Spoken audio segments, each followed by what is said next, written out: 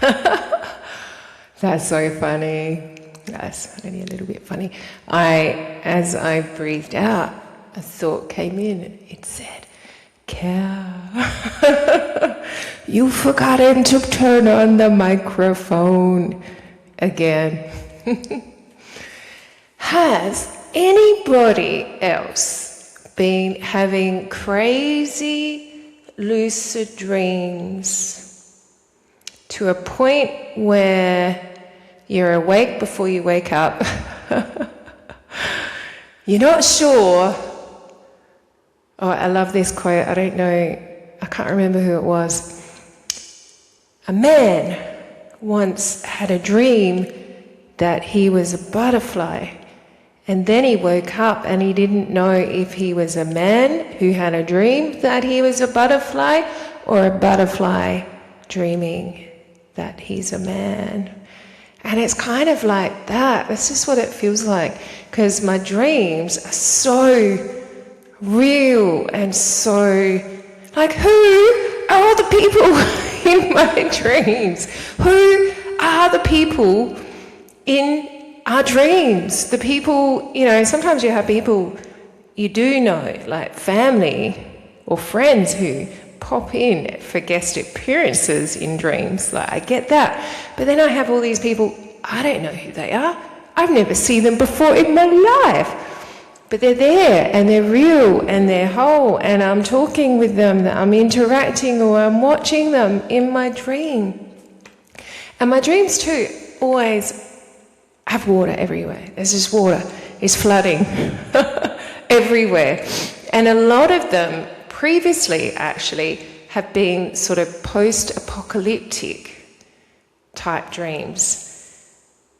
And there's destruction and chaos, and often there's some ominous, massive beast of a being that I can't really see because it's so big, but it's there, although it has come in dinosaur form before.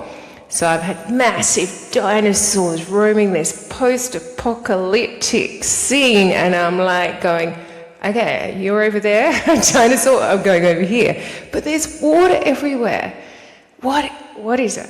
And I'm like, what are my dreams telling me? Or is this the dream? Is that the reality? How am I to know? How am I to determine when they both seem so real? Help!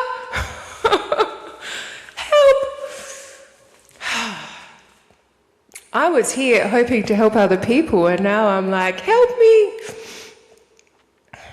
I'm just trying to, or allowing, I don't want to try. I realise when we try, that's like pushing a log up a hill. That's like swimming upstream. So I'm not trying at all anymore, or I'm trying not to try.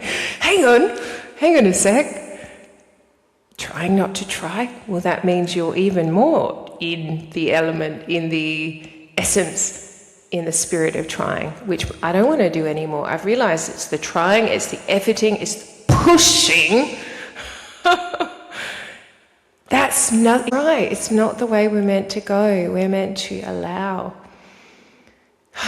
See, already just even saying that feels good. Allow yourself just to relax in the river of life and be swept downstream, where everything we want is, as Abraham Hicks says, instead of battling, upstream, I got to get it there, that's where I think everything is, upstream. I think it has to take a big effort. I think I have to work hard to earn what I want. No, it's not true. It's all lies. It's all lies. We're meant to allow, we're meant to breathe, we're meant to be. We got to take a leaf from the animals' books. Look at how they live. They're happy in the fields, in the wild, in nature, just being. There's a lot of lone animals that spend a lot of time alone, and then there is pack animals. I mean, what are we? We seem to be a mix of both, because I find I am a very lone person. I spend a lot of time alone, but I'm quite comfortable in my alone time, whether I'm being creative. Although I used to be creative like every day, I'd be painting and making and having that urge to make stuff. But of these recent years, it's so bizarre. Like, I haven't been doing much of that at all. In the time that I have, penny drop. Okay, penny drop moment. Oh my golly gosh. Okay, so I thought I was in a way being unproductive because I wasn't doing everything that I used to do. I wasn't painting, I wasn't making, I wasn't creating, I wasn't seeing a substantial, solid, here, you've been doing this for this long and here is the product of your effort. No, I've been going inwards. I've been spending a lot of time in nothing, in a void. I'm actually in a limbo in between worlds at the moment, literally, in transition. And it's kind of stretching out a bit, and I think I might be getting a little bit anxious, going, what? Where? How? Who? What am I doing here? So I am in transition, but, okay, the penny drop moment is, and this is what I've been having come in messages, thank you, higher self, source energy, constantly. It's an inside job. We create in our imagination, in our thoughts, in our words, in our dreams and desires, in our in the looseness of our nothingness. That's where we create. So for a moment felt like I was doing nothing because I have been sitting in silence, sitting in stillness, sitting in this etheric void every day, just going inwards and remembering. It is a remembering. I've had memories of things that I know aren't memories from this lifetime. I've had thoughts that I know aren't mine. Well, they're mine, but they're not my little human self thoughts. It's that connection with my greater self, and being in this nothingness is not nothing, I've just realized. Thank you for the penny drop. Okay, so especially from what I've been saying of how we create from the inside out, I guess that's what I'm doing right now. Okay, now I'm soothing myself into a sense of understanding. Because in our society that we've created or has been created for us, there's such an emphasis on getting it done, getting the bank balance up there, getting the title, the status, the ladder climbing, the productiveness, did I say that? The doing, we've been human doings. Oh. Ow! Even saying it hurts. We've been human doings. We're not human doings. We're supposed to be human beings. Being in the moments. Soaking in, immersing in the pure joy of existing. I had a thought, a download, a something come in the other day about being a star or the sun. They're there, they're in their beingness, they're not alive. or could I say they are alive, they are full of life, full of energy, full of consciousness, because everything and everywhere is consciousness all at once. Constantly. Constant consciousness. And there's nothing that does not embody the consciousness of the energy of all that is. And if we're here, by default, by definition, we're part of all that is. And in our society, in our world, we've often called that all that is God, but I think it's been misinterpreted, and there's been a lot of misinterpretations that have been seen as fact, as solid, as this is how it is, and a lot of Chinese whispers through the ages that have skewed and distorted the real reality of the life that we are embodying now.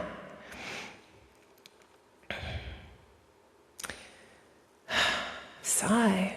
But now, and it is a prophecy and it is biblical, we are in a time that unfortunately we've been waiting for, but the time is always now. And the heroes that we're waiting to swoop on in with their cape and knickers over their tights is us. It's you, it's me, it's her, it's him, it's them, it's everyone. Everyone is the superhero that we keep depicting in these movies, in these books, in these comics. But it's been made, like the way we've sort of outsourced it out of ourselves leaves us powerless, waiting to be saved. But we are the Saviour. We can't wait for Jesus to come back, because Jesus, Yeshua, is a consciousness, as they say, Christ consciousness, which is in all of us, because we are all part of all that is. So it's not apart from us, it is a part of us. We are a part of it. But in the design of I tend to call it a trick trap. There has been a number of trick traps in our reality, that the idea of the superhero being outside of us takes away all our power, because we are the power within our reality. Each of us, you are the power source within yours. I am the power source within mine. So we are creating via our beliefs. So if we believe someone else outside of us has to come on in and save us, we're pretty well damned, because that ain't going to happen. It's not going to happen. What am I trying to say? That's all that's coming out. So it's it. Why? Why is it it?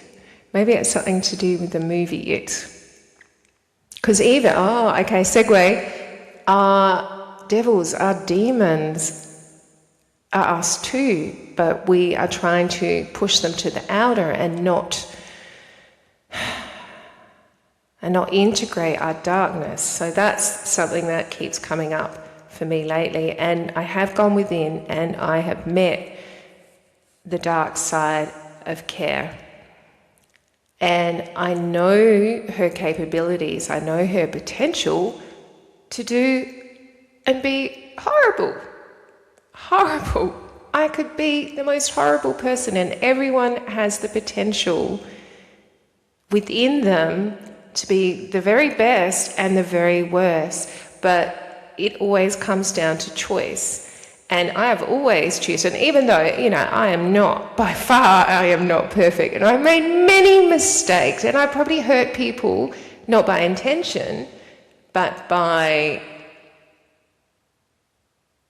I was going to say dispute, by uncompromising, I don't know.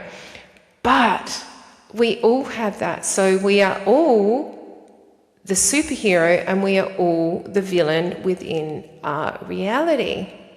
But we need to, it's a matter of, we don't need to anything. Which one are we activating, or are we activating neither? And therefore we're just here in the middle waiting for something to happen. But this is our reality. It only happens when we allow it. Although through our beliefs, we can give that power away to a storyline, to a person, to an institution, and we can, by default, by not choosing ourselves and choosing to outsource the story to someone else's design, who will take that energy, will take that power from you with relish, we are allowing. But as soon as you snap into awareness, into consciousness that you are everything, you are the villain, you are the superhero, you are the damsel in distress, should you choose to be, that you are the one who are here to save yourself. I am here to save myself. You are here to save yourself. Although there is a collective story, but the collective story, well, it can influence your individual story, of course, but it can't override it. 909. So each of us has the power within ourselves, within our consciousness, to live our greatest, highest life despite anything going on around us. There is a problem though. Houston, we have a problem. That yes, you can live autonomously and live a beautiful life of however you so choose it to be, once you do gain your foothold in the fact that that's possible. Because only what, this is really, really important, maybe write it down and embody it. Only what you believe is possible can happen in your reality. And that can go both ways. Like, you can believe that you can live a wonderful, beautiful, content, fulfilled, abundant life, and that shall be. But you can also believe that you can live in suffering and dis-ease and as a victim, and you have no say in your world, and that will be too. So whatever you believe to be true is correct. I think someone said that. Who said that? If you know who said that, whether you believe you can or you can't, you're correct. Can't remember. I might have to look it up. I don't really know what I said. I'm going to have to listen back to this to see. But on that note, whatever I said, seriously, oh my goodness, mind blank. I know I was talking about superheroes. Yeah, superheroes. You are your own superhero. So embrace that. Don't be afraid. Oh, that's what I was going to say, was that if you can hold yourself solid no matter what's going around you, you could walk through a minefield unscathed. But what's really hard, and this is part of the trick trap design, is holding that when you can see so much suffering outside you, where people are struggling and they can't see their power, they don't know, they haven't remembered yet. That is a really tricky one. That's the one that can trip us all up, because it's so hard to stay on that high vibe when you're seeing people so low. That's by design. So this is where I'm at. Like, how do we navigate that? How do we, I do know. How do we pick everyone up? So part of the understanding that I'm having come in is this pool of collective energy, and as each of us embodies our true sovereign self, and we rise into our power, into our superhero status, but also integrating our villain, because that is part of it, is integrating our darkness. We raise the collective energies, the frequency, and as we all raise up, it brings people up who have been stuck down in these lower energies and in the suffering and the disempowerment. So it brings them to a point where they can start seeing things themselves, because the truth cannot be told, only realized. You can tell someone till you are hoarse, till you lose your voice, but they won't see it until they see it from their own point of view, because you cannot see something you're not the frequency of, you're not in resonance with. So it's a endless battle to try and tell people. You need to allow them to find their own way, because that's part of the reason we're here, is to find our own way. It is a game of life. A bit like snakes and ladders, Monopoly, charades. What else? There's a few other games that came up. It's a conglomeration.